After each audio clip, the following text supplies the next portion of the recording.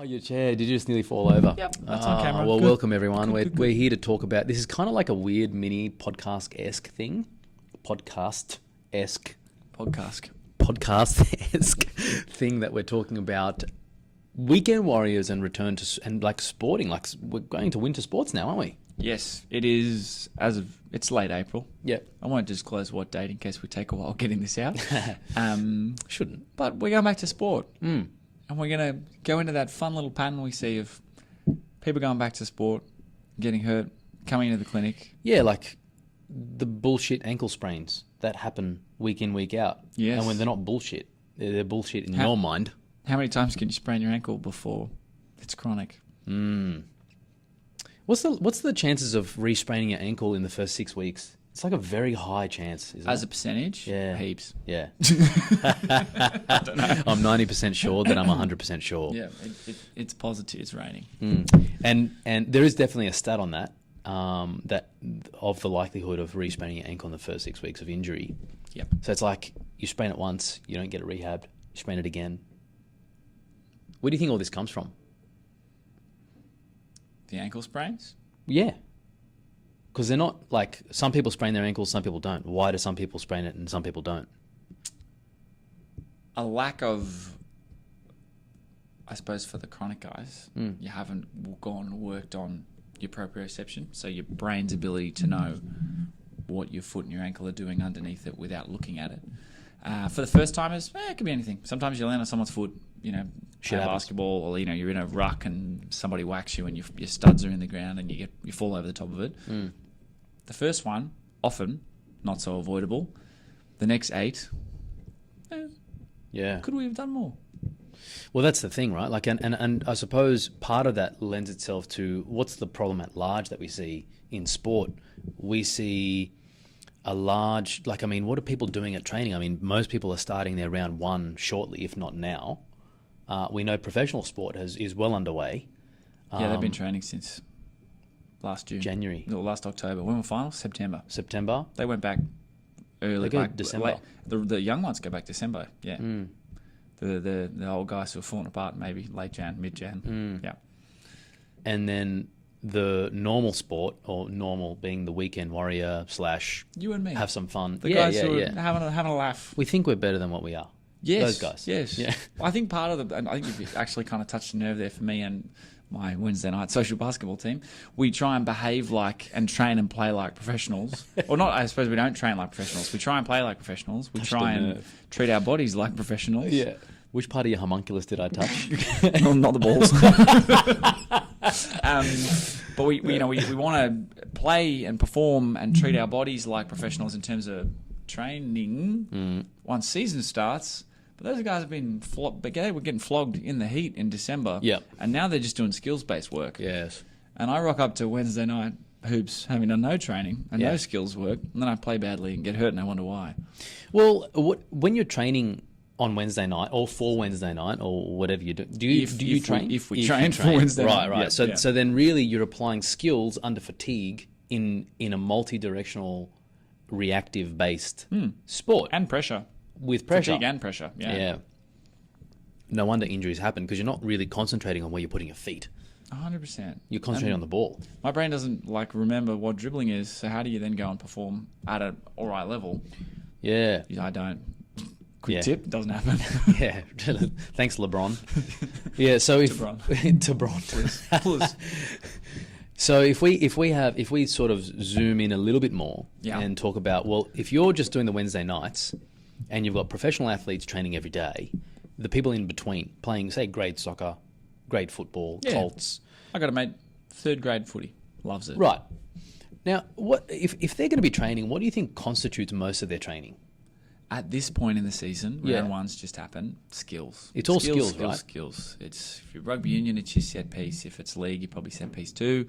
If it's your football, it's your passing, it's your defensive structure, it's your offensive structure, right? It's all of the small-sided game stuff and the situation-specific practice that the skills work involves. Which is the prerequisite of that is strength and being conditioned. Yeah, 100%. If you don't do the work in preseason, the skills-based stuff is really hard. But there is no preseason. Well, yeah, it's optional. Is this why we have problems? Yeah. Oh my God. How did we get here? Wow. Who would have thought? Who would have thought we'd manufacture that? It's almost like we In were such a going this way. way the whole time. So Yeah, 100%. That's why we have problems. What sort of problems? So we talked about the ankle sprains before, Yeah. but what are some typical problems? I mean, the ankle sprain is a very easy one to just sweep under the carpet, right? I suppose that's not the only thing we see pop up, though. Hey, Yeah, this time of year, soft tissue. Soft tissue, soft tissue, soft tissue. what does that mean? Calves, backs, hammies, they go. The little tears. Yeah, the little guys. And it's when you spike your load acutely. Think about dad at the Christmas party throwing down a bouncer at your brother. Tears his hammy, decelerating to come into the crease. The parent at the school carnival that runs 100 metres and blows their hammy. Yeah. We see that at the start of season. Yes. The unfit prop who hasn't done any strength-based work or any Yes. running, then has to run around a paddock chasing a football, throws himself into a scrum and essentially does a 1RM back or front squat, and then has to chase the ball again, and then gets bent in half by a bigger, fitter prop, like in a tackle. That dude, that soft tissue, he has no exposure to load, no tissue tolerance, and then tries to perform on that. The first few weeks of season, off the back of no preseason, big spike in load because everyone's going to 1 or 2 trainings a week because there's beers afterwards. Yes. And then we're playing a game every week. And then calves, backs, hammies, groins. We're not talking about making them elite athletes. We're just talking about allowing them, affording them the opportunity to play their whole season relatively okay. I'm a big believer in return on investment for your registration fees. Yeah. If there are 20 games, Yeah, you don't want to play 5. and you pay $200, it's $20 a game. If you pay 5, you did 5 games, you're paying, I can't do maths, but approximately 80. more. How big was the registration? Yeah, get on with it. Yeah, that's so good. someone Yeah. was telling me their, I think it was football rego was like $400. Man, if you're going to miss half the season because you can't stop, tearing your hammy, what are we doing? What are we doing? That's true.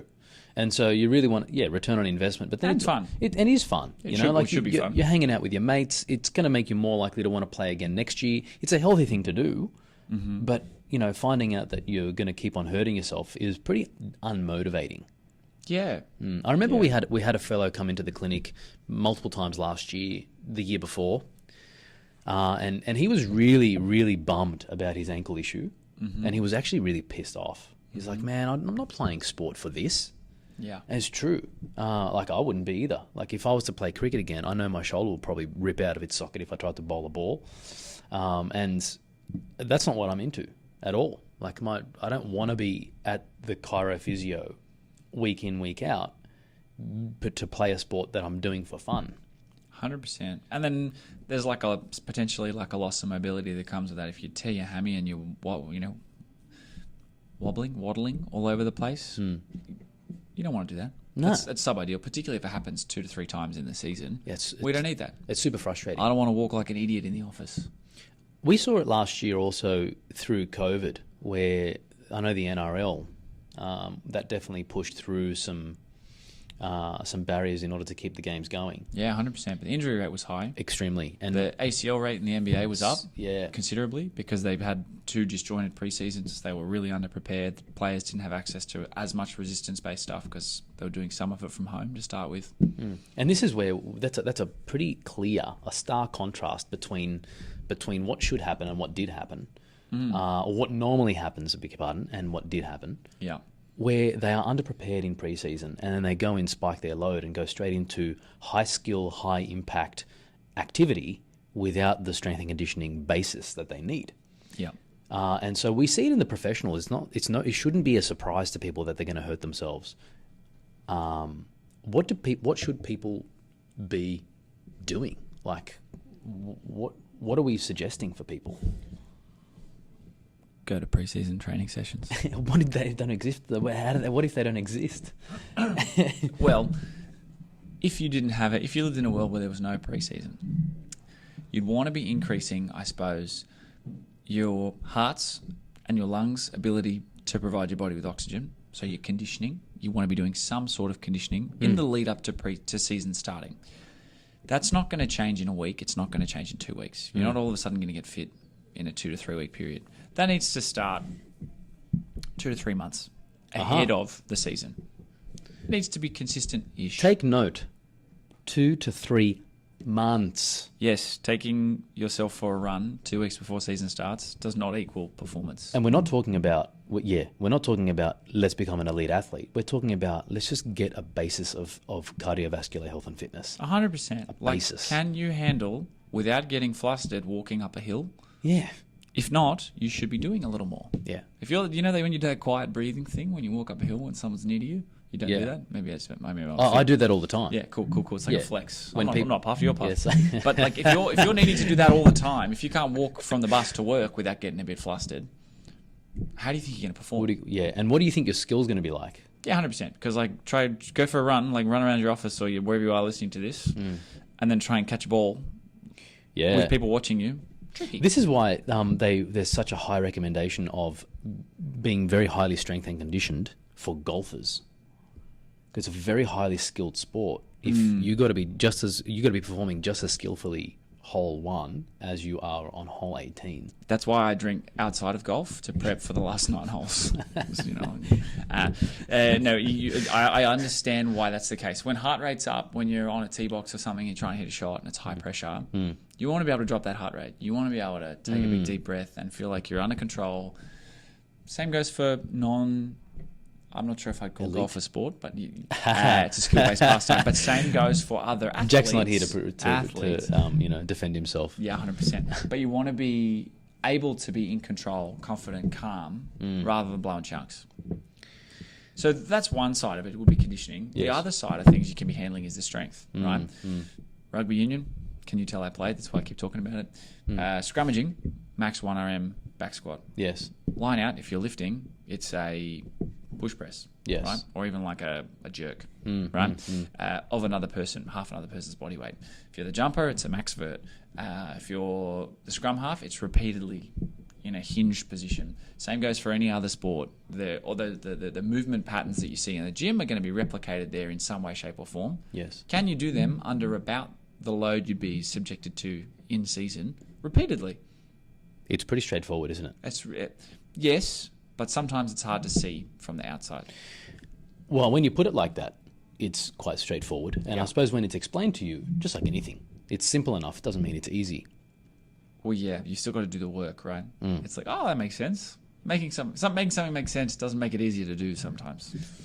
So what should a preseason look like? So you said it's about 2 months or so, probably push towards 3 months. I'd love it to be a quarter, so 3 months. Weeks, 12 weeks, 3-4 week blocks. What it should look like is it should be progressively overloaded. It should start easy. It should be bite-sized, digestible pieces of work that you can actually stomach doing. I have a mate who played third grade footy, and his preseason was just super hard, man. The start they wanted them to do some stuff away from team training, like some runs and stuff.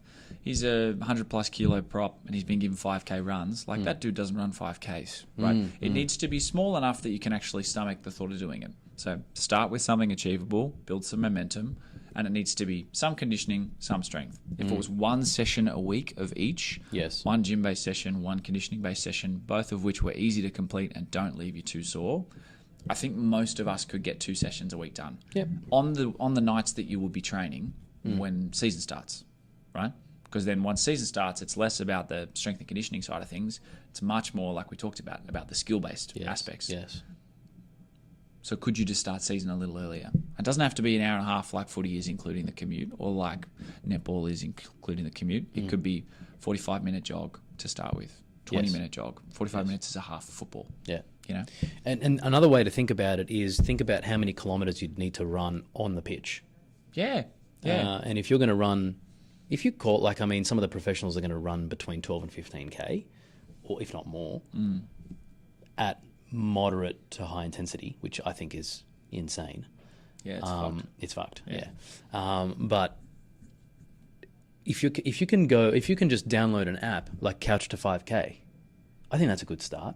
100%. Like you're about to run, you want to stay on the field the whole time. Of course, you want to do that. You want to get return on investment on your rego fees. You want to stay on the field. You know, have some fun with your friends because the majority of the people playing are on the field. Yes.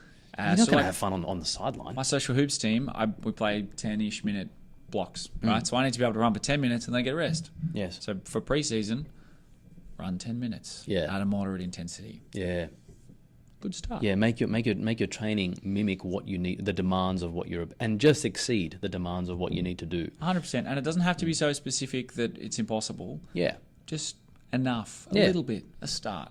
Right? Good little tips. Don't have to reinvent the wheel. Tommy's tips. Tommy's tips. Not Man, bad. That's catchy. Someone bad. should turn that into some sort of page. So what does recovery look like? So if you're mid-season and we see that, silly innocuous injuries or like a lack of preparation injuries pop up, what are they going to should they be doing between game and training?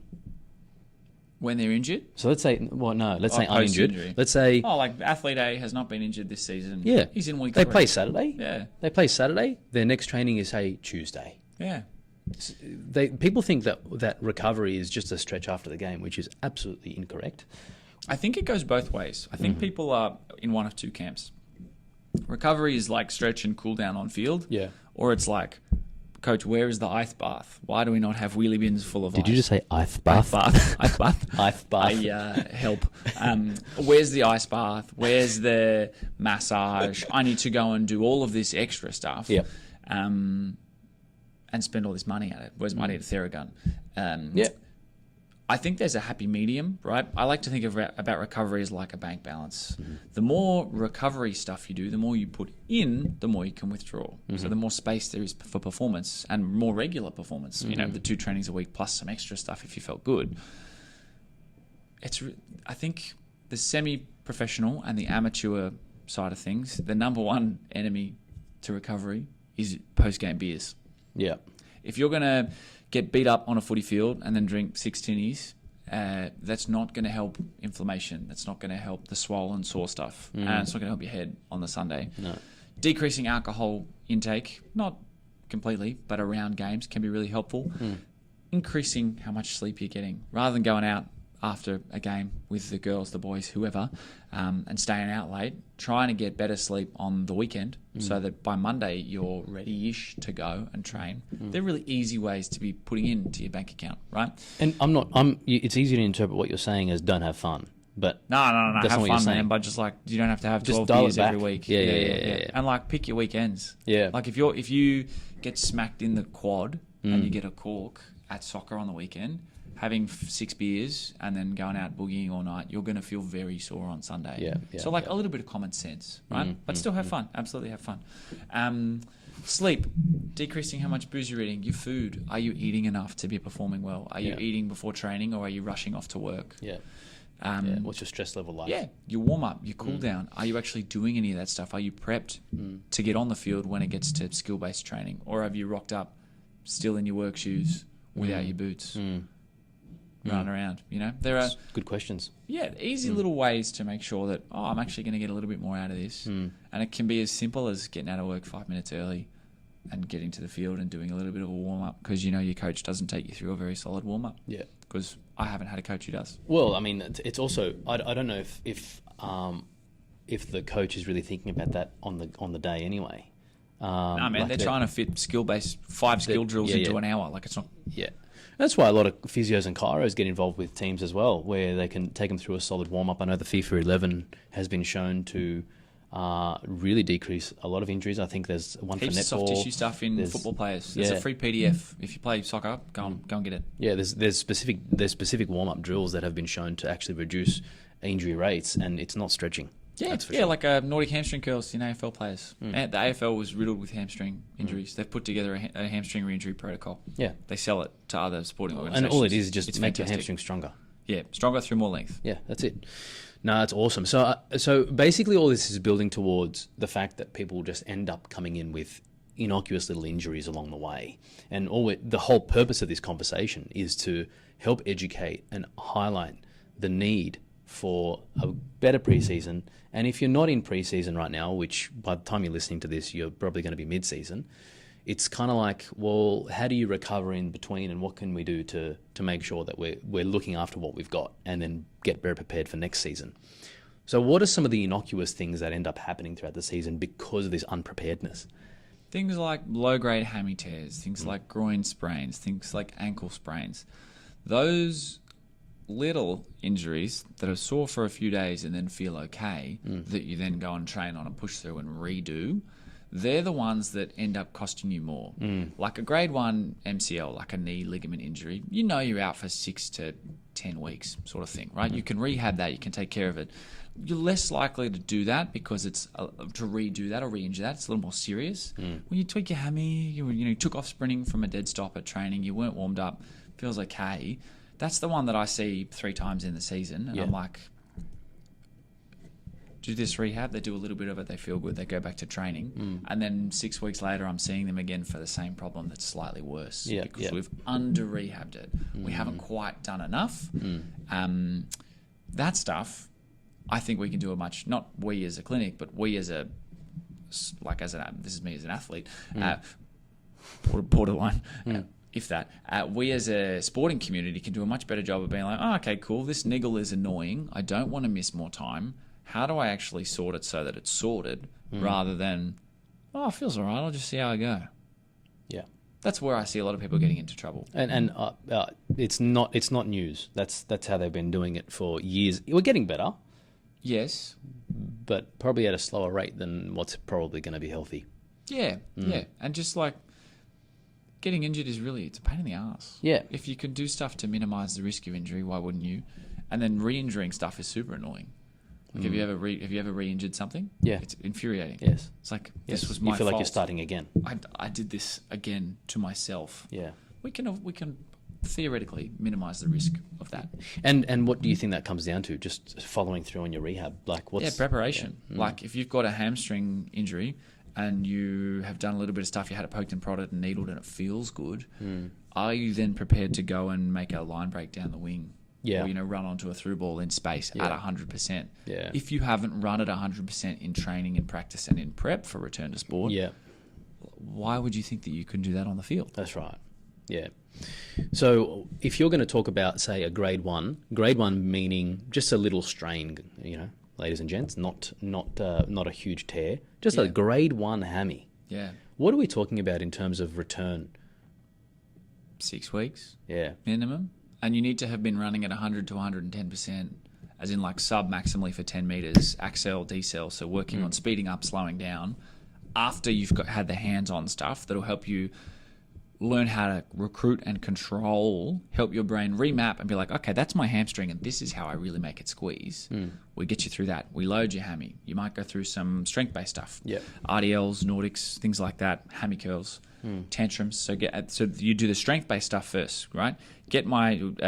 let's ask me that again. We'll edit that out. No. How I would do okay. this. What I get you to do. You'd come in, in the first 2 weeks, we'd be calming your hamstring down. It's annoyed, it's irritated. You're annoyed and irritated. The next little bit, from sort of week 1 through week 5, we're going to build some strength. Right? We're going to increase how much your hamstring, how much force it can produce. Because it tore, because it didn't have the strength. 100%. There was a strength problem first. It was an overload. And then the third component of the rehab would be a bit more sports specific and a bit more functional. And we'd be looking to get your hamstring to contract and relax at high speeds. Things like hamstring tantrums. If you don't know what they are, Google them. They look so dumb. It's hilarious. Yeah. And then like sprinting. The highest you put maximal load through your hamstrings when you accelerate and decelerate while running. More than you can put through it in the gym. And then add a change of direction into that as well. Yeah. And when was the last time, if you've ever hurt your hammy, did you do any of that? Yeah, that's right. And my point that I would like to raise here is what we're used to as practitioners is pretty much returning people underprepared.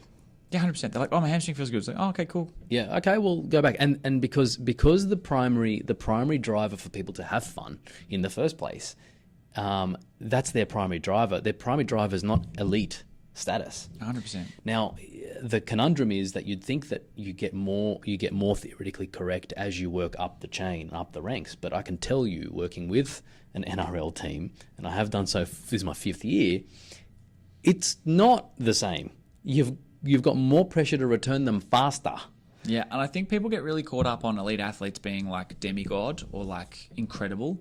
They are literally just humans that are physically a bit more generally prepared than you with a higher skill level, but they work the same. If I spike your load and I spike their load, the amount you need to spike them is higher. You will both get injured. Yeah, that's the bottom line. And you can track it, you can graph it, you can use objective data.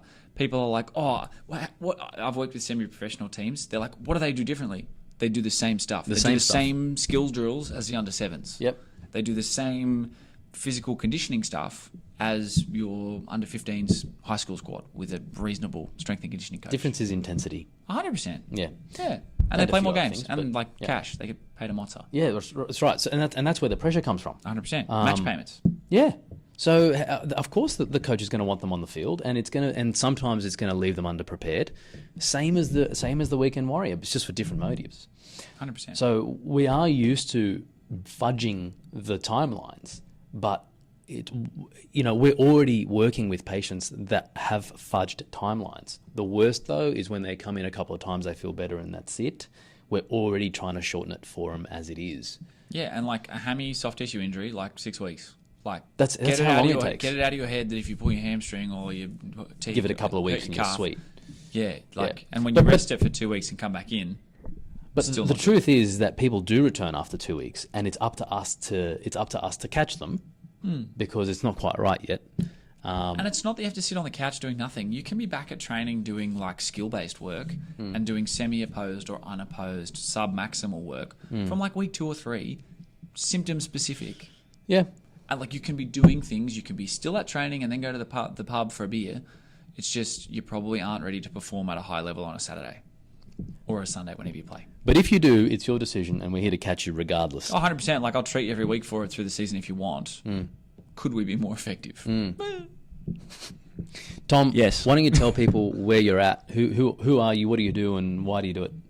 Hello, I'm Tom. I'm a physio at Balance Health Performance. I work out of our Bondi clinic and our Norwest clinic, so you can catch me at either of those places. I'm a physio, I said that. Why do I do what I do? I like helping people get back to whatever it is that injury and pain stops them doing. I've been injured. It's incredibly frustrating. I hate it.